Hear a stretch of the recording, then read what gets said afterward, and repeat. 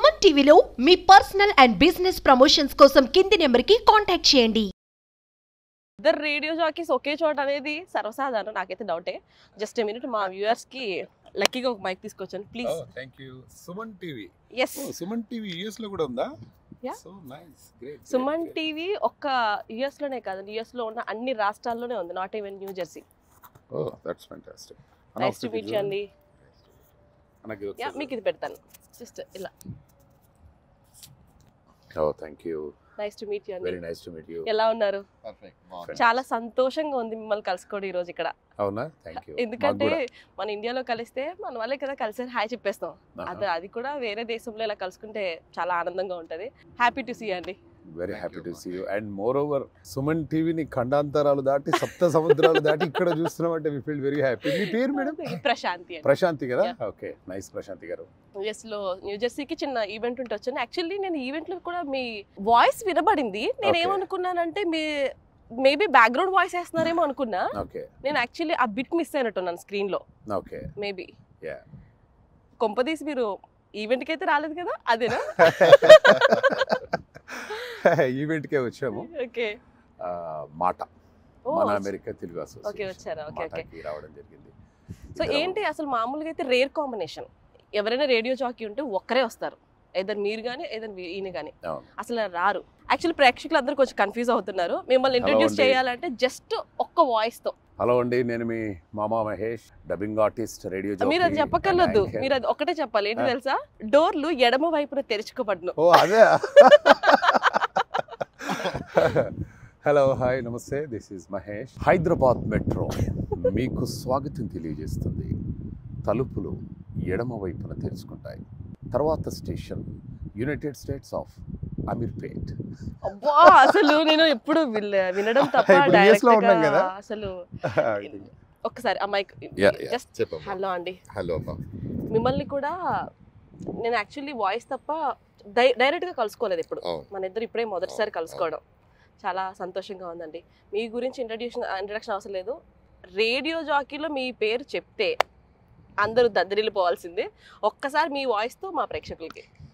మీరు వింటున్నది ఆకాశవాణి వరంగల్ కేంద్రం 103.5 మెగాహెర్ట్జ్ పై మాయి ప్రసారం చిత్రసీమ తెలుగు చిత్రగీతాల కార్యక్రమంలో ముందుగా జగదేక వీరుడు అతిలోక సుందరి చిత్రం కోసం చిత్ర ఎస్పి బాలసుబ్రహ్మణ్యం పాడిన పాట. ఈ పాటని వినిపించమని కోరుతున్న శ్రోతలు అమెరికా నుండి Prashanti and Suman TV. Thank you అమ్మా, థ్యాంక్ యూ. అసలు మేము చిన్నప్పుడు ఈ వాయిస్ వింటూ ఉండేవాళ్ళం అండి. నిజంగా చాలా సంతోషంగా ఉంది. ఎందుకంటే చాలా మందికి మీ వాయిస్ అనేది ఫ్యాన్స్. మీరు అనుకుంటారు ఏంటంటే స్క్రీన్ లో కనబడితేనే ఫ్యాన్ అనుకుంటారు. నో అండి, వాయిస్ కి చాలా మంది ఫ్యాన్స్ ఉంటారు. అందుకే మాది కొందరికి ముఖ పరిచయం ఉంటుంది, కొందరికి చిరపరిచయం ఉంటుంది. మాది ఏంటంటే స్వరపరిచయం అన్నమాట. స్వరపరిచయం కరెక్టే. చెప్పమ్మా. అసలు క్లైమేట్ కొంచెం సెట్ అయిందా మీకు? అంటే చాలా సార్లు వస్తూనే ఉంటాను నేను, సంవత్సరంలో కనీసం 2-3 సార్లు. పెద్దగా తేడా ఏం అనిపించదు నాకు. So happy. జెట్ లాగ్ ఏం లేదు? ఏం లేదమ్మా. Good job. మీరు చాలా మంది రాష్ట్రపతులకి వాయిస్ చెప్పారు. దట్టు మీకు అసలు ఆ ఆపర్చునిటీ ఎలా వచ్చిందండి? అంటే భారత రాష్ట్రపతులకి డాక్టర్ కలాం గారు కానివ్వండి, రామ్నాథ్ కోవింద్ గారు కానివ్వండి, మొన్నటి ద్రౌపది ముర్ము కానివ్వండి, ప్రణబ్ ముఖర్జీ గారు కానివ్వండి, ఇట్లా వీళ్ళు ఎవరు తెలుగు రాష్ట్రాలకి వస్తున్నా కూడా దాదాపుగా నన్నే కాంటాక్ట్ చేస్తుంటారు అనువాదం కోసం. ఎందుకంటే అది చాలా బాధ్యతతో కూడినటువంటి పని. ఒక రాష్ట్రపతి మాట్లాడేటటువంటి ప్రతి మాటకి చాలా గౌరవం ఉంటుంది, చాలా విలువ కూడా ఉంటుంది.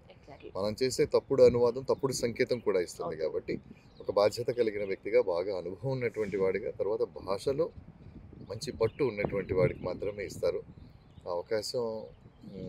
ఆకాశవాణిలో కొనసాగుతున్నాం కాబట్టి వచ్చింది, లేకపోతే కష్టమయ్యేది. సో అలాగే మీరు మిమ్మల్ని ఇబ్బంది పెడుతున్నారు అనుకోద్ది ఎండలో, ఎందుకంటే ఆల్రెడీ కోల్డ్ ఉంది కదా. మీరు నాకు తెలిసి ఎండలో ఉంటే ఇక్కడే కంఫర్ట్ అని చెప్పి ఇక్కడే పెట్టి మాట్లాడుతున్నారు. ఫస్ట్ 2 days బాగా చలి పెట్టింది న్యూ జెర్సీ ఎడిసన్. బట్ ఈ రోజు మాత్రం కాస్త ఫైన్ గా ఉంది అన్నమాట. మీ వాయిస్ నాకు ఏం తెలుసా? ఒకటి 2 అదొకటి ఇంకొకటి చెప్పండి. ఫస్ట్ ఈ అన్నయ్య ఎలా పరిచయం అంటే నాకు మగ్ధం అన్నయ్య. నేను ఫస్ట్ జాబ్ నాది 93.5 రెడ్ FM వరంగల్లో. హాయ్ హలో నమస్తే గుడ్ మార్నింగ్ వరంగల్. మీరు వింటున్నారు సూపర్ హిట్స్ 93.5 రెడ్ ఎఫ్ఎంలో. తెల్లారిందో ఈ మామ అంటూ మీ మామ మహేష్ వచ్చేసాడు ఆద్దరు కొట్టడానికి అని. అట్లా నేను చేసినప్పుడు ఒక గొంతు చాలా శ్రావ్యంగా వినపడుతుంది. మైక్ ఇలా తిప్పండి కొంచెం ప్రేక్షకులకు మీ వాయిస్ క్లారిటీగా ఇదా okay yeah like this. So అట్లా ఇక ఇద్దరము మా భయ్య మా మార్గదర్శి మా మెంటర్. సో అంటే నాకే కాదు నా అటువంటి వాళ్ళకి కొన్ని వేల మందికి మార్గదర్శి అని. సో అన్నయ్యతో కలిసి ఈరోజు ఈ అమెరికాకు రావడము కార్యక్రమంలో పాల్పంచుకోవడం అనేది ఇట్స్ మై ప్రివిలేజ్ అండి నిజంగా కూడా.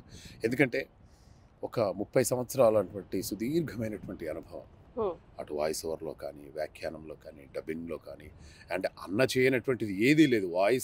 వాయిస్ కల్చర్లో ఒక గురువు అన్నమాట మా అందరికీ.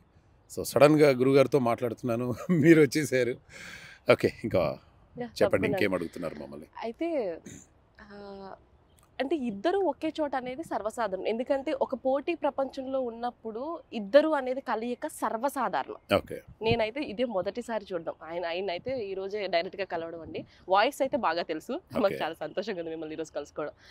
కాకపోతే ఇద్దరు ఎలా అంటే ఒక ప్రొఫెషన్ లో ఉన్నప్పుడు పోటీ తత్వం ఉంటుంది. మీరా మీరా మీరా అంటే మీకు తెలియదే ఉంది, నేను కొత్తగా చెప్పాల్సిన అవసరం లేదు. కానీ ఇద్దరు కలయిక ఎలా? ఎలా అంటే కాంపిటీషన్ అటువంటిది, పోటీ ప్రపంచం అంటే ఏం లేదండి. ఎవరి టాలెంట్ వాళ్ళది. అన్నయ్య గత 30 సంవత్సరాలుగా ఆయన సుదీర్ఘమైనటువంటి అనుభవం, మేము ఇప్పుడిప్పుడే అడుగులేస్తున్నాము. ఆయన ఒక నిత్య స్ఫూర్తి అనమాట. అంటే మగ్ధుమ్ అనగానే ఇలానే ఉంటాడని కాదు, ఒక నిత్య స్ఫూర్తి. ప్రతిరోజు ఒక కొత్తదనం, ఒక ట్యాగ్ లైన్ ఉంటుంది అనమాట. మగ్ధుమ్ ఎప్పటిదో ఈ పదం, కానీ ఎప్పటికీ కొత్తదనం. ఆ విధంగా నాకు గురుగారు అంటే చాలా ఇష్టం. అండ్ ఏ శిష్యుడికైనా కూడా గురువు గారు ఎప్పుడు కాంపిటీషన్ కాదు, ఆయన మించిన అంటే ఈయన గురుగారే సాటి అనే. అలా చెప్పడం కంటే నేనేం చెప్తానంటే ప్రతి ఒక్కళ్ళకి ఒక్కొక్క శైలి ఉంటుంది. ఎప్పుడు వచ్చామన్నది కాదు, బుల్లెట్ దిగిందా లేదా, ముందొచ్చామా వెనక వచ్చామన్నది కాదు. అంటే ఇప్పుడు ఏంటంటే ఒక్కొక్కళ్ళది ఒక్కొక్క పంధా ఉంటుంది, ఒక్కొక్కళ్ళది ఒక స్టైల్ ఉంటుంది. ఇప్పుడు మహేష్ తమ్ముడు ఉన్నాడు అనుకోండి, అలా నేను ఎప్పటికీ చేయలేను. తర్వాత అందుకే నేను దాన్ని ఆలోచించలేను. ఆయన అలా వెళ్ళిపోతూ ఉంటాడు. నేను అనుకోండి నా స్టైల్లో పనిచేయడం అనేది మహేష్ తమ్ముడు కొద్ది కష్టం, నేను నా స్టైల్ వెళ్ళిపోతాను. కాబట్టి ఎవరికి కాంపిటీషన్ కాదు.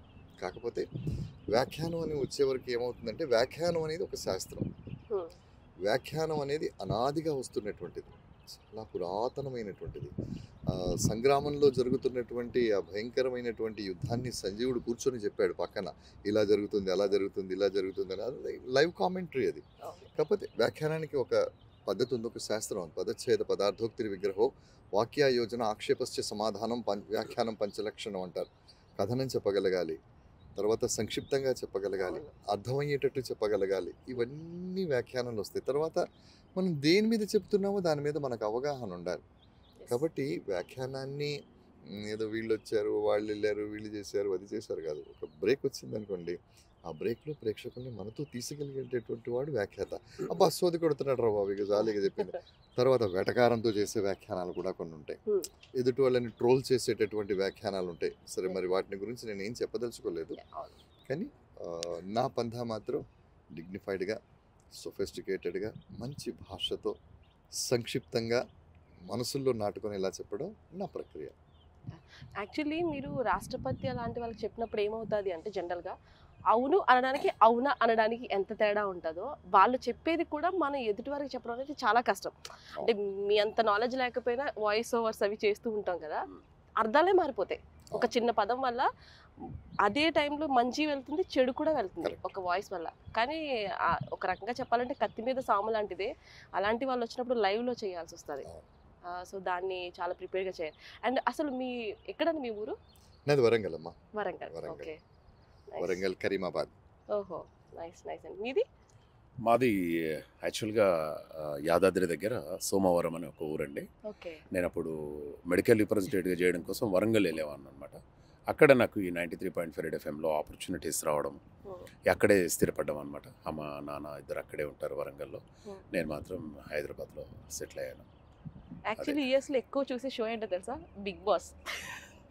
ఓకే. ఒక్కసారి ఆ బిగ్ బాస్ ఎలా ఉంటారో తెలియదు కానీ అని చెప్పి నాకు కూడా జనాలు తెలియదు ఆయన ఎలా అనుకుంటారు. ఉంటాడనేది.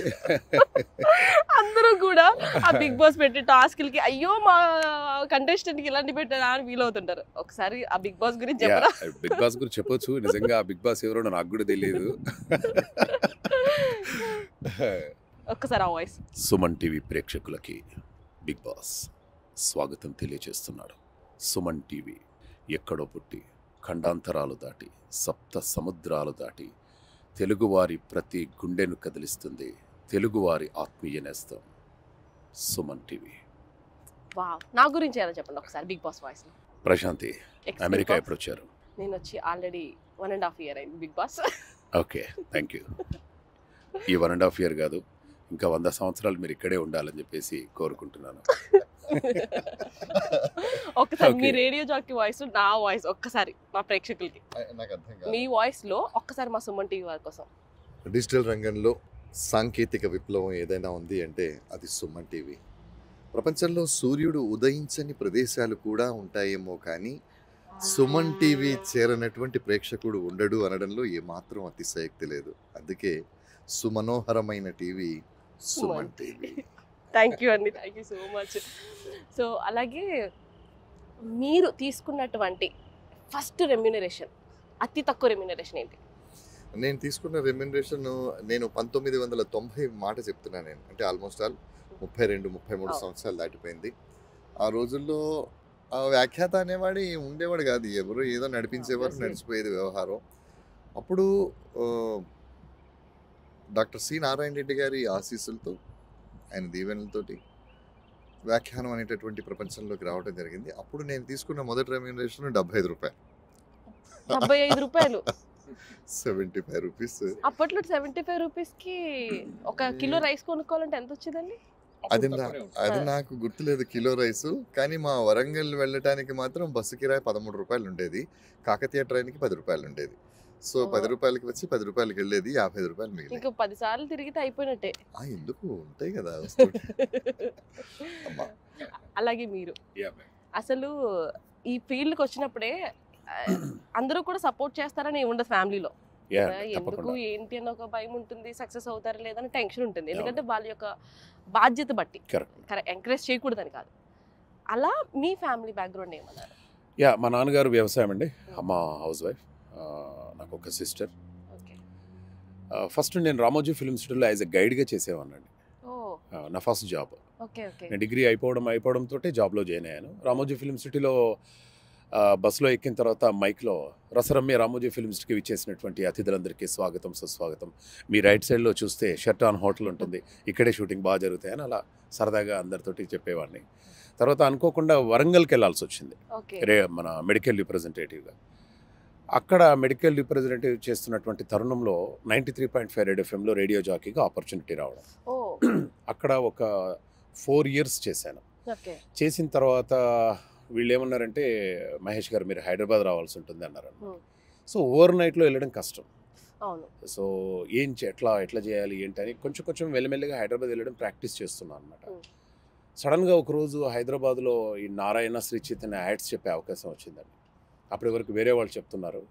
అప్పటికే నాకు radio jingles, radio ads, radio shows ఇవన్నీ కూడా సరే చెప్పేద్దామని చెప్పేసి ఆ రోజు IIT AEEE రిజల్ట్స్, నేడు ప్రకటించిన IIT AEEE ఫలితాల్లో all India number 1 Suman TV. రాష్ట్ర స్థాయిలో 1, 4, 6, 80, 90, 100 మార్కులతో సుమన్ అంటే నంబర్ 1 అంటే సుమన్ టీవీ. సో అట్లా అసలు నిజంగా నాకు ఈ వాయిస్ కి పెద్ద ఫ్యాన్ అండి. ఎందుకంటే నేను చదువుకున్నప్పుడు ఈ వాయిస్ ఒకటి అండి. సో అట్లా ఆపర్చునిటీ దొరికిందండి. తర్వాత ఇంకా మెల్లగా అప్పటికే యాడ్స్ చెప్తున్నాం కదా, ads CMR shopping mall, RS brothers, GRT jewellers, అట్లా కొంచెం ట్యాగ్ లైన్ కింగ్ అంటారు నన్ను యాక్చువల్గా.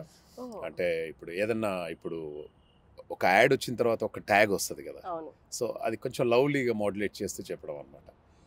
సో నేను చెప్పింది ఏంటంటే, యాక్చువల్లీ ఎండ పెరుగుతుంది, మనకు లోపలికి వెళ్తూ ఈ యొక్క జర్నీని కంటిన్యూ చేస్తూ కాఫీ తాగుదాము అనే మీరు తాగుతారా కాఫీ? కాఫీ తాగుతూ చేద్దాం, Okay. ఎందుకంటే ఇప్పటికే పాపం చాలా చల్లగా అవునండి. ఉంది, వెదర్ కూడా ఇబ్బంది అయి ఉంటది. కాఫీ ఇప్పుడే తాగామండి. అవునా? Yeah. ఇంకొకసారి మా ప్రేక్షకులకి ఏంటంటే, మీరు చేసిన వాయిస్ లో మీకు అన్ని నచ్చే ఉంటాయి, Okay. అలా కాకుండా మీ ఫ్యామిలీ వాళ్ళు మీరు ఇది చాలా బాగా చేశారు అన్న వాయిస్ ఏమన్నా? యా, మా అమ్మగారికి అంటే మా నాన్నగారు కొంచెం బిజీగా ఉంటాడు, ఈ వ్యవసాయం అనేది చేస్తుంటాడు. అమ్మ మాత్రం అప్పుడప్పుడు సీరియల్స్ చూస్తుంటుంది. సో హిందీలో భైరీపి అని ఒక సీరియల్ ఉంటుందండి, అది తెలుగులో నువ్వే కావాలి అనే టైటిల్తో రావడం జరిగిందనమాట. అది ఆల్మోస్ట్ ఒక 230 ఎపిసోడ్స్. అందులో నేనే హీరో, నేనే విలన్. సో ఫస్ట్ హీరోగా ఉంటుందన్నమాట, తర్వాత విలన్గా తయారవుతాడు అమ్మాయి కోసము. అది మా అమ్మకి కొంచెం బాగా నచ్చింది. కాకుంటే లేడీస్ ఎలా ఉంటుందంటే వాళ్ళది, నేను ఒక క్యారెక్టర్ చెప్తున్నానంటే జనరల్గా ఏ అమ్మాయి అయినా కూడా ఓకే లవ్ వరకు ఓకే, కానీ ఒక విలన్గా మారి అమ్మాయిని ఇబ్బంది పెట్టడము, వాళ్ళ ఫ్యామిలీని ఇబ్బంది పెట్టడము అనేది ఏ అమ్మాయి కూడా, అంటే ఏ అమ్మ కూడా తట్టుకోలేదు. అటువంటి క్యారెక్టర్ ఎందుకు నాన్న చెప్పడము అది ఇది అని కొంచెం ఫీల్ అవుతుంది అనమాట. ఓకే. ఒకనొక మూమెంట్లో ఆ క్యారెక్టర్కి యాక్సిడెంట్ అయిపోయి చావు వరకు వెళ్ళిపోతాడు. ఈమె టెన్షన్ పడడం, అంటే అట్లా ఇన్వాల్వ్ అయిపోయింది ఆ సీరియల్లో మా మమ్మీ. ఆబ్వియస్లీ దట్టు మీరు చేశారంటే ఖచ్చితంగా ముందే చూస్తూ ఉంటారు. ఆ విధంగా అంటే సీరియల్లో జరిగేదన్నయ్య ఒక డబ్బింగ్ ఆర్టిస్ట్కి ఎలా ఉంటుందని. సో అందులో ఎలా ఉంటుందంటే, ఈమె కంప్లీట్గా నేను సీరియల్ చెప్తుంటే మమ్మీ అందులో ఇన్వాల్వ్ అయిపోయి ఆ క్యారెక్టర్లో నన్నే చూసుకొని నా మాటలే వస్తుంటాయి కదా. అందులో కూడా అమ్మ అమ్మ అంటుంటా నేను. అమ్మా అమ్మా ఈ అమూల్య చూసావమ్మా, 5 సంవత్సరాల నుండి విపరీతంగా ప్రేమిస్తున్నానమ్మా, అయినా నాది ఎక్కువ ఒక్కసారి కూడా చూడట్లేదమ్మా. నా ప్రేమను మీరు తప్ప ఎవరు అర్థం చేసుకోలేరమ్మా. అమ్మా నాకు అమూల్య కావాలమ్మా, అమూల్య లేకుంటే నేను చచ్చిపోతానమ్మా అని అంటున్నప్పుడు మా అమ్మకి ఏదో ఫీలింగ్ అనమాట, అయ్యో నా కొడుకు ఏంది ఇట్లా అయిపోతుంది. అయినా మీకు యాక్చువల్లీ డబ్బింగ్ అంటే ఈక్వల్ టు యాక్టింగ్ అండి, యాక్టింగ్ అనమాట. అయితే ఇందులో ఇంకొక ఏంటంటే, నేను ఒక్కొక్కసారి మా అమ్మని పిలుస్తుంటే అక్కడ సీరియల్లో, అమ్మా అమ్మా అనగానే మా అమ్మ ఎక్కడో కిచెన్లో పని చేసుకుంటే మహేష్ అనుకుంటే బయటకు వచ్చింది. అంతగా ఇన్వాల్వ్ అయిపోయింది ఆమె. లాస్ట్కు కథ సుఖాంతం అవుతుంది. నేను ఎవరినైతే ప్రేమించానో ఆ అమ్మాయి నాకు భార్యగా వస్తుంది అనమాట. సో అట్లా ఈ డబ్బింగ్ ఆర్టిస్ట్లకి ఇది ఒక వెరైటీ అనమాట. రియల్ లైఫ్ లో ఎవరైనా ప్రేమించారా? లేదు మేడం, అంత అదృష్టం నాకు లేదు, వాళ్ళకు కూడా అంత అదృష్టం లేదు. అంటే అమ్మాయి అనుకున్నారు, అన్నగా రెడీ ఉంటారు కౌంటర్. ప్రకృతికి చాలా దగ్గరగా ఉంటానండి. ఇంట్లో పెళ్లి సంబంధాలు చూస్తున్నారు, మేబీ ఇంకొక 1 ఇయర్లో చేసుకుంటానండి. సో ఇలా కెరీర్ ఇలా స్టార్ట్ అయిపోయిందండి. ఫస్ట్ రేడియో జాకీగా, తర్వాత వాయిస్ ఓవర్ ఆర్టిస్ట్గా. వాయిస్ ఓవర్ మీరు అన్నట్టుగా బోల్డని వాయిస్ ఓవర్ చెప్తుంటామండి ఎవ్రీడే. ఇప్పుడు ఎలక్షన్స్ మూమెంట్లో కేసీఆర్ కానీ, రేవంత్ రెడ్డి గారు కానీ, జగన్ గారు కానివ్వండి, చంద్రబాబు నాయుడు కానివ్వండి, వాయిస్ ఓవర్ చెప్తూ ఉంటాము.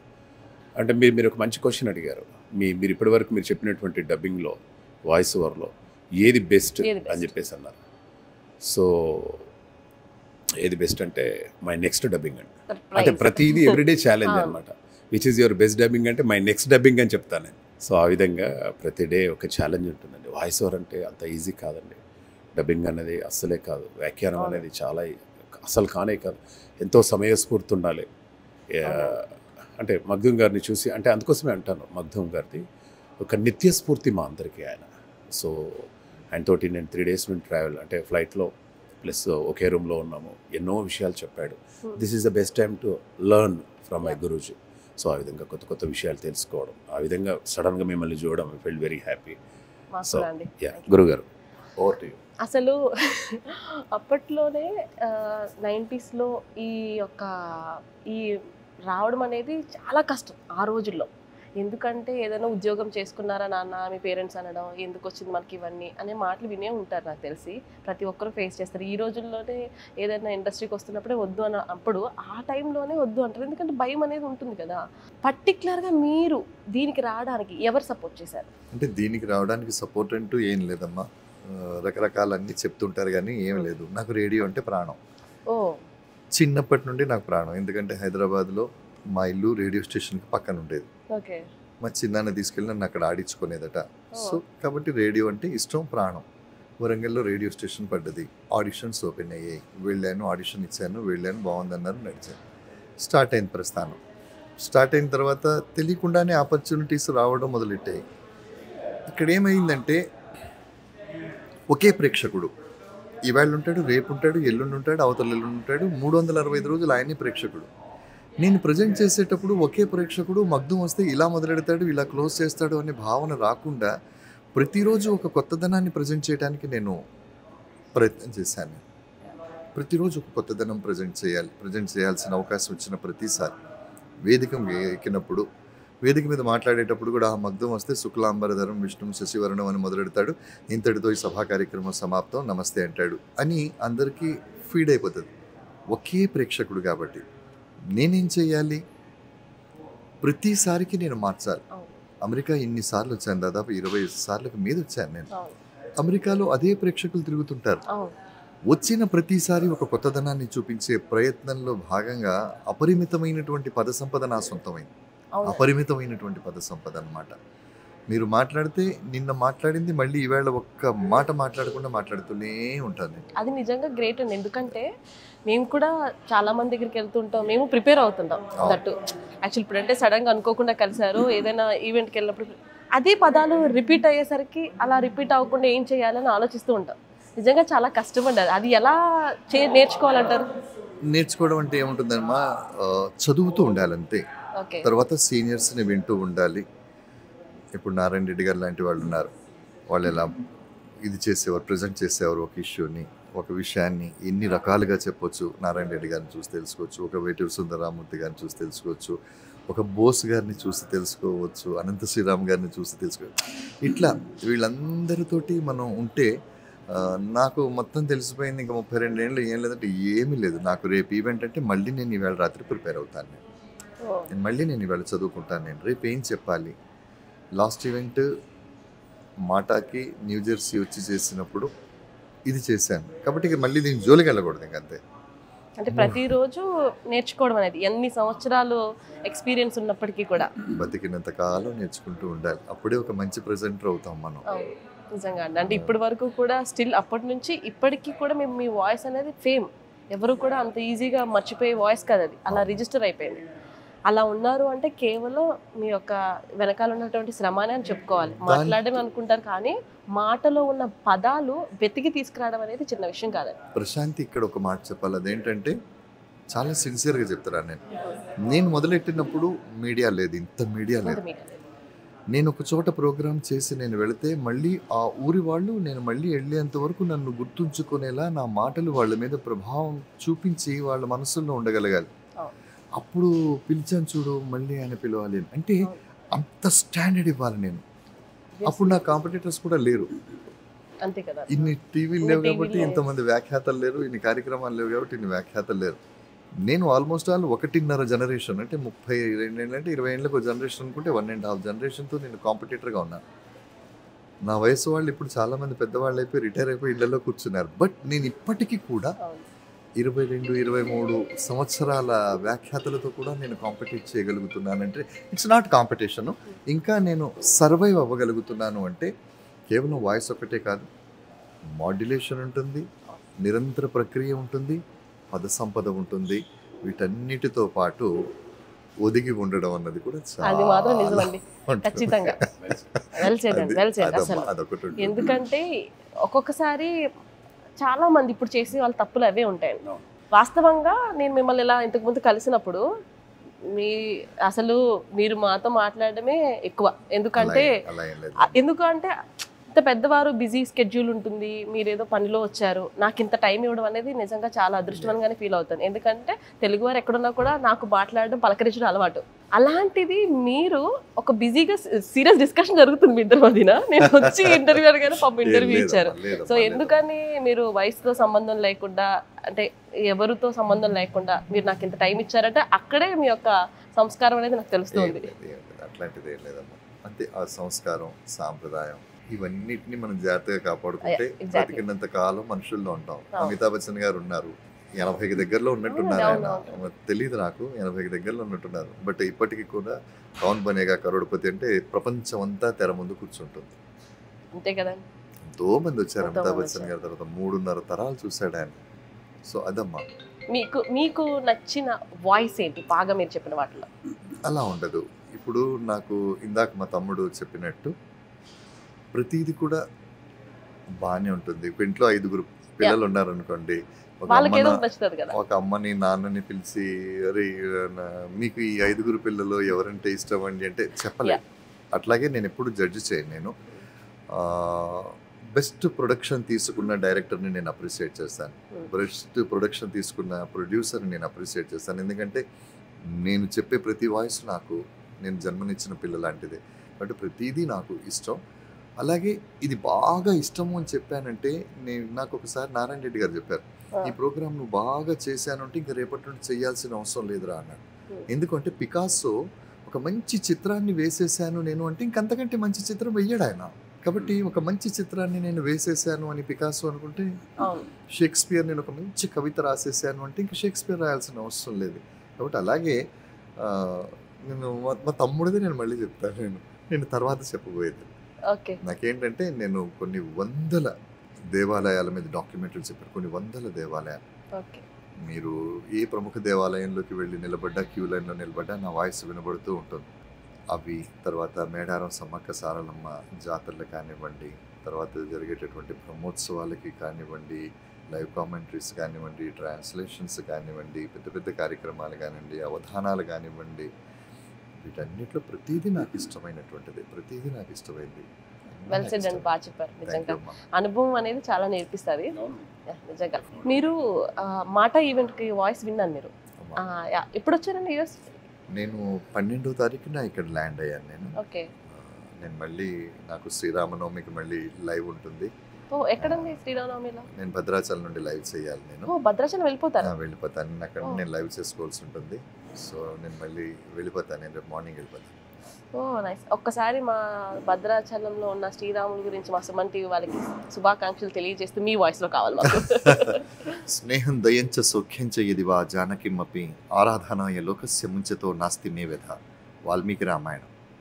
లోకారాధన కోసం స్నేహాన్ని, దయను, చివరికి ప్రాణ సమానమైనటువంటి జానకిని త్యాగం చేసినా కూడా కించిత్తు బాధపడలేదట శ్రీరామచంద్రమూర్తి. అందుకే ఆయనని మర్యాద పురుషోత్తం రామ్ అంటాడు ఇక్బాల్.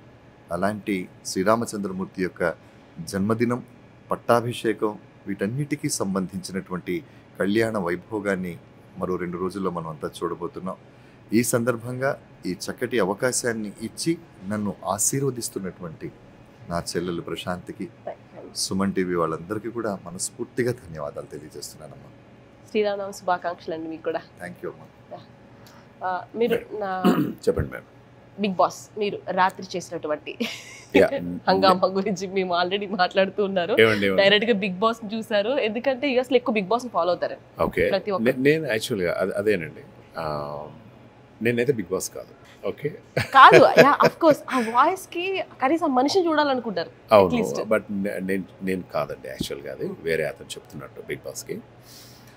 సో ఇదే మీరు అన్నట్టుగా అన్న చెప్తున్నట్టుగా మేము కూడా ప్రతిరోజు స్క్రిప్ట్ లేకుండా చాలా కష్టం అండి. ఫర్ ఎగ్జాంపుల్ రేడియో జాకీకి చెప్తున్నాను, రేడియో జాకీగా అయినా వ్యాఖ్యానమైనా ఏదైనా కూడా స్క్రిప్ట్ అనేది చాలా ప్రధానమైనటువంటి అంశం. స్క్రిప్ట్ లేకుండా ఎవరు ఏం చేయలేరు. ఇప్పుడు మీరున్నారు నాకు తెలిసి. సో ఈ షో కంటే ముందు అట్లీస్ట్ ఒక 10 minutes అన్న ఇలా చేయాలి అనుకుంటారు కదా. సో స్క్రిప్ట్ అనేది చాలా ప్రధానం సంబంధించింది. ఇక డబ్బింగ్ అంటారా, డబ్బింగ్ మీ అందరికీ తెలుసు. యాక్చువల్గా మొన్ననే కల్కి అనే ఒక మూవీకి డబ్బింగ్ ఇప్పొచ్చాను. సో ఇట్స్ గ్రేట్ ప్రివిలేజ్ అనమాట. మూవీస్ చెప్పడం ఇప్పటివరకు నేను ఒక 800 మూవీస్ పైగా డబ్బింగ్ చెప్పుంటాను. Mukesh Rishi, Ashish Vidyarthi, Sonu Sood, Pradeep Rawat, Suman. So almost north Indian వాళ్ళకి అందరికీ చెప్పండి. సో 700 సోనూ సూద్ గారండి, ఒకసారి వాయిస్ ఓకే డెఫినెట్గా చెప్తానండి. సో అంటే ఒక్కొక్కరిది ఒక్కొక్క రకమైనటువంటి గాత్ర ధర్మం ఉంటుందండి. సో ఫర్ ఎగ్జాంపుల్ సుమన్ గారు తీసుకోండి. సుమన్ గారిది చాలా సౌమ్యంగా, రాజశేఖర్ గారికి, వీళ్ళందరికీ సాయి కుమార్ డబ్బింగ్ చెప్తాడు. యాక్చువల్ ఇక్కడ మనం చూడాల్సింది సుమన్ గారికి ఒక రకంగా చెప్తారు, రాజశేఖర్ గారికి ఒక రకంగా చెప్తారు. ఫర్ ఎగ్జాంపుల్ సాయి కుమార్ గారు సుమన్ గారికి డబ్బింగ్ చెప్పారనుకోండి, రాజశేఖర్ చెప్పారనుకోండి, సుధా నీవు IAS ఆఫీసరు అని, సమాజాన్ని, చట్టాన్ని చదువు సంస్కారాలతో ఆలోచించగలవని, నా ఆవేశానికి నీకు అర్థం చెప్తున్నాను. ఈ వ్యక్తులు, ఈ వ్యవస్థ, ఈ పరిస్థితిలో న్యాయానికి 4 పాదాలుగా ఉన్నప్పుడు అని చెప్పేసి అలా చెప్తుంటాడు. చాలా బాగుందండి. ఇది కాస్త ముఖేష్ ఋషికి వెళ్ళిపోయామనుకో. ముఖేష్ ఋషికి నేను చాలా మూవీస్లో డబ్బింగ్ చెప్పాను. ఆయనది కొంచెం బేస్ ఉంటుందన్నమాట. చెడు వినవద్దు, చెడు చూడవద్దు, చెడు మాట్లాడవద్దు అని మీ అమ్మ నీకు చెప్పలేదా? చెప్పే ఉంటుంది. ఇది ముఖేష్ ఋషి గారు. తర్వాత సైలో విలన్ ఉంటాడు కదా, ప్రదీప్ రావత్, భిక్షు యాదవ్. ఆయనకు చాలా మూవీస్లో చెప్పాను. ఆయనకు చెప్పేటప్పుడు ఇంకా కొంచెం బేస్ ఉంటుందన్నమాట. ఎలా అంటే, ఎవడ్రా నువ్వు ఇక్కడికి వచ్చి నాకు ఎదురు సమాధానం చెప్తున్నావు బాయ్, పని వేసేద్దాం బాయ్. ఇది కొంచెం బేస్ ఎక్కువ అవుతుంది. ఇంకా కొన్ని ఇప్పుడు మద్దాలి శివారెడ్డి మన ఆయన ఉంటాడు కదా, సో అటువంటి వాళ్ళకి కొంచెం ఆయన బాడీ లాంగ్వేజ్ చేయాల్సి ఉంటుంది అన్నమాట. కొట్టేసి వెళ్ళిపోయిన తర్వాత అయినా ఈ మద్దాలి శివారెడ్డి అనేవాడు పలానా వాడు, ఆ విధంగా డైరెక్ట్గా వచ్చారనుకున్నారు. సో ఇలా కొన్ని సౌమ్యంగా ఉంటాయి అన్నమాట. ఇప్పుడు మోహన్ లాల్ గారికి చెప్పాలనుకున్నా, లేకపోతే ఇంకెవరికైనా అమితాబ్ బచ్చన్ గారికి వాయిస్ చెప్పాలనుకున్నా కొంచెం సౌమ్యంగా క్యారెక్టర్, ఎందుకంటే వాళ్ళు అరవలేరు. ఇప్పటి వరకు ఈ జనతా గ్యారేజ్లో అందరూ న్యాయం పొందిన వాళ్ళే ఉన్నారు. ఎవరికి ఏ అన్యాయం జరగలేదు. ఎవరికి ఏ కష్టం వచ్చినా జనతా గ్యారేజ్ మీకోసమే ఉంటుంది. సో ఆ విధంగా చాలా బాగుంది. సో అంటే అన్ని రకాల వేరియేషన్స్, ఒక గురూజీకి చెప్పిన, ఒక డాక్టర్కి చెప్పిన, వాళ్ళ క్యారెక్టర్కి ఒక ధర్మం ఉంటుంది. ఆ ధర్మం, వాళ్ళ మాడ్యులేషన్స్, వాళ్ళ ఇంటెన్సిటీ ఎలా ఉంది, ఆయన కోపంగా ఉన్నారా, సౌమ్యంగా ఉన్నారా, రౌద్రంగా ఉన్నారా, దయతో ఉన్నారా, సో ఇవన్నీ కూడా మేము చూసుకోవాల్సి ఉంటుంది అనమాట. సో అదండి, వచ్చి 2 days అయింది. సో నాకు ఎలా అంటే ఈ అమెరికా తోటి అనుబంధం గత 10 సంవత్సరాల నుండి నేను రేడియో జాకీ చేస్తున్నాను కదా. ఫస్ట్ నేను ఇచ్చినటువంటి వాయిస్ తానా వాళ్ళకి ఇచ్చానండి.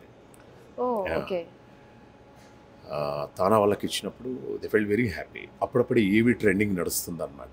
సో అలా ఇట్లా అమెరికాలో ఉన్నటువంటి ఆల్మోస్ట్ అన్ని ఆర్గనైజేషన్స్కి వాయిస్ ఇవ్వడం జరిగింది.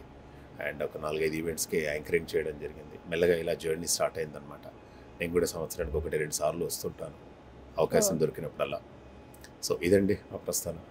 నా కోసం సోను సూద్ గారు చెప్పలేదు.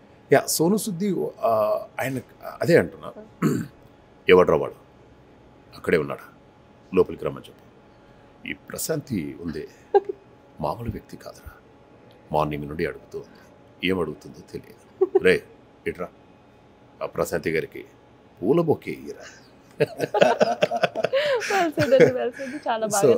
అలా అన్నమాట. సో మాట ఎలా జరిగిందండి? యా, మాట ఫెంటాస్టిక్ అండి. నిజంగా కూడా సేవ, సంస్కృతి, సమానత్వం. జనరల్గా మిగతా ఏ ఆర్గనైజేషన్ అయినా కూడా 2 కళ్ళు, కానీ వీళ్ళు 3 పిల్లర్ల మీద వచ్చారన్నమాట. సమానత్వం అనేది. యా. సో శ్రీనివాస్ గనగొని మా బ్రదర్, అంటే చాలా మంచి, నాకు ఆయన కూడా చాలా సపోర్ట్ చేస్తాడు. ఏదైనా మహేష్ రండి అని చెప్పేసి అన్నారు. వచ్చాము. ఇక్కడికి వచ్చిన తర్వాత మన తెలుగు సంస్కృతి, మన సంప్రదాయాలు, బతుకమ్మ, పోతురాజులు, అమ్మవారి కుంకుమార్చన చాలా అత్యద్భుతంగా జరిగింది. 2 రోజుల పండుగ. నిన్న కార్తిక్ మ్యూజిక్ కన్సర్ట్ కూడా చాలా బాగా జరిగింది. ఇంతమంది తెలుగు వాళ్ళను ఆత్మీయంగా మేము పలకరించడం, వాళ్ళు మమ్మల్ని పలకరించడం, అది కూడా ఖండాంతరాలు దాటి ఇక్కడ తెలుగు వాళ్ళందరూ కూడా, అంటే ఒకటి మన సంస్కృతి, మన సంప్రదాయాలన్నీ భావితరాలకు అందించడానికి అమెరికాలో ఉన్నటువంటి ఈ తెలుగు సంఘాలు చాలా ఉపయోగపడుతున్నాయండి. ఎందుకంటే పోతురాజులు అంటే ఇక్కడ ఎవరికి తెలియదు. నిన్న పోతురాజుల వేషం వేసి డ్యాన్స్ చేస్తున్నప్పుడు మామ్ వాట్స్ దాట్ అంటే వాళ్ళ మమ్మీ ఎక్స్ప్లెయిన్ చేయడం, బతుకమ్మ గురించి చెప్పడం అనేది భావితరాలకు మనం అందిస్తున్నటువంటి ఒక గొప్ప వరం ఇటువంటివి. సో ఇలా చేస్తున్నటువంటి అన్ని సంస్థలకి హృదయపూర్వకంగా ధన్యవాదాలు. అందరూ కూడా బాగుండాలి, అందులో అన్నయ్య ఉండాలి, నేను ఉండాలి, మా మా మా అటువంటి కళాకారులు అందరూ ఉండాలని చెప్పేసి కోరుకుంటున్నాను. Thank you so much. Thank you so much. ఎందుకంటే మీ విలువైన సమయాన్ని మాకు ఇచ్చారు. ఎందుకంటే చాలా బిజీ స్కెడ్యూల్ ఉంటుంది. అయినో నేను కూడా ఎక్కువ మిమ్మల్ని ఇబ్బంది పెట్టదలుచుకోలేదు. నేను మిమ్మల్ని కొన్ని క్వశ్చన్స్ అడుగుతాను. తప్పకుండా. సో జనరల్గా యాంకర్స్ అంటేనే అక్కడ మన రాష్ట్రాల్లో, తెలుగు రాష్ట్రాల్లో ఉంటారు. బట్ ఇక్కడ సుమన్ టీవీని చూసి I feel very happy. Okay, మీరు ఎప్పుడు వచ్చారు ఈ ఫీల్డ్లోకి యాంకర్గా? అన్ని చేస్తున్నారు. పర్వాలేదు అంటే నేను వచ్చి తెలుసుకోవాలి. 2014 అండి. నేను Okay. ఈ ఫీల్డ్కి వచ్చి 2014 లో వచ్చాను. ఓకే ఇంకా ఆ తర్వాత నుంచి కంటిన్యూస్ గా ఇదే రన్ అవుతుంది. ఓకే యూఎస్ వచ్చాక చాలా మంది స్విచ్ అవ్వాలని చెప్పారు. Okay. ఇక్కడ సర్వే అవ్వాలంటే తెలుగు మీడియాతో మీకు తెలియదే ఉంది, తెలుగు మీడియా అనుబంధం అని ఎలా ఉంటుందో అవునా. ఒకటి అలవాటు పడిపోయిన తర్వాత దాని నుంచి బయటకు రాలేం ఎన్ని Okay. చేసినా కూడా. అలాంటి పరిస్థితి నాది కూడా. చాలా ఇబ్బంది పడ్డాను, స్ట్రగుల్స్ ఫేస్ చేశాను, ఎలా చేయాలి, ఏం చేస్తే బాగుంటుంది అని చెప్పి. సో చాలా ఆర్గనైజేషన్లో పనిచేశానండి, 1, 2 అనే ఉంది. అన్ని ఛానల్స్లో పనిచేశాను. అందరూ నన్ను చాలా బాగా సపోర్ట్ చేశారు. యూఎస్ వచ్చాక కూడా అన్ని ఆర్గనైజేషన్స్. Okay. అలాగే సుమన్ టీవీలో ఓకే రీసెంట్గా కొంచెం సుమన్ టీవీ మీరు అన్నట్టుగా అన్ని ప్లేసెస్లో ఉంది. Okay great. అది ఆ నిజంగా కూడా. విధంగా నేను దీన్ని ఎలా కంటిన్యూ చేస్తున్నాను, మీలాంటి వాళ్ళు మాకు సపోర్ట్ Okay. చేస్తున్నాను. ఒక క్వశ్చన్, ఇప్పుడు చాలామంది అమెరికా పెళ్లి సంబంధాలని చాలా సంతోషంగా చేసుకుంటారు, అందరు కూడా బాగా సెటిల్ అయ్యారు ఇక్కడ. కొందరికి హౌస్ వైఫ్గా ఉండాల్సి వస్తుంది, అవును. ఓకే, కొందరు జాబ్ చేస్తూ ఉన్నారు.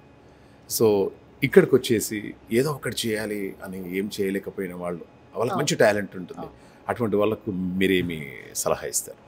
ప్రతి ఒక్కరికి ఏదో ఒక టాలెంట్ ఉంటుందండి. అంటే ఇప్పుడు డిఫరెంట్ సినారియోస్ ఉంటాయి. ఎలాంటి సినారియోస్ ఉంటాయి అంటే ఇప్పుడు పిల్లలు పుట్టితే ఒక ఇబ్బంది అనేది ఉంటుంది. మన ఇండియాలో లాగా ప్రతి ఒక్కరికి ఏదైనా కావాలి అంటే, మనకి ఏదైనా హెల్ప్ కావాలనుకోండి, ఓకే ఈజీగా మనకి బాడీ సపోర్ట్ చేయాలని పనులు పెట్టడానికి ఉండదు, అన్నీ మనమే చేసుకోవాలి. ఇక్కడ గొప్పదనం ఏంటంటే వైఫ్ అండ్ హస్బెండ్ ఇద్దరు కలిసి చేసుకుంటారు ఈ పనైనా. Okay. ఇండియాలో చూసుకున్నట్లయితే కొంతమంది, అందరి గురించి మాట్లాడలేదు, వైఫ్ మీదే వదలాలి, తనే చేయాలి, అట్లా వెర్షన్స్ ఉంటాయి. ఇది పిల్లల్ని చక్క పెట్టుకోవడం. ఇక్కడ ఇద్దరు సమన్వయంగా చేసుకోవడం వల్ల ఇక్కడ ఉమెన్స్ అందరూ కూడా వర్క్ చేస్తారు, okay main thing. Okay and వచ్చిన వాళ్ళందరికీ ఏం చెప్పాలనుకుంటారంటే, ఇండియాలో అందరినీ వదిలేసి ఉంటారు కాబట్టి కొంచెం ఇబ్బందిగా ఉంటుంది. ఓకే ఆ మెమోరీస్ రీకలెక్ట్ చేసుకుంటూ ఉంటారు వీళ్ళు. ఓకే సో వీళ్ళు ఏదైనా చేస్తేనే కదా ఇండియాలో వీళ్ళు సుఖంగా ఉన్నారు, మా పిల్లలు బిజీగా ఉన్నారు, ఏం Okay. లేకపోయినా సరే ఆ బిజీలో కొంచెం వాళ్ళ టైం స్పెండ్ చేస్తున్నారని చెప్పి ఇండియాలో ఉన్న ప్రతి పేరెంట్స్ అనుకుంటారు. ఇక్కడికి వచ్చిన వాళ్ళందరూ కూడా ఏదో ఒక చేయడానికి ఏదో ఒక అవకాశం ఉంటూనే ఉంటుంది. ఓకే అవకాశం లేని అంటూ ఏది ఉండదండి. ఏ Okay. కంట్రీతో సంబంధం లేదు, ప్రతి చోట ఉద్యోగ అవకాశాలు అనేవి ఉంటాయి. మనం కల్పించుకోవాలి, మనం వెళ్ళి చేస్తేనే, మనం నేర్చుకుంటేనే ఏదైనా చేయగలుగుతాం. ఫెంటాస్టిక్, చాలా బాగా చెప్పారు. సో ఇప్పటివరకు మనము యాంకర్ ప్రశాంతి గారితో అలాగే మగ్ధూమ్ గారితో ఒక స్పెషల్ చిట్ చాట్ చేయడం జరిగింది. మరొక ఎపిసోడ్తో మళ్ళీ కలుద్దాం. అప్పటి వరకు నమస్తే. థ్యాంక్ యూ అమ్మా. Thank you madam. Thank you అండి, మీ విలువైన సమయాన్ని మీరు చెప్పాల్సినటువంటి ఎండింగ్ నేను చెప్పాను మీరు మేడం. చెప్పేశారు. Okay madam. Thank you అండి. మేడం మీరు కెమెరా ఆన్ చేశారా ఇంతకీ? ఆ, చేశారు.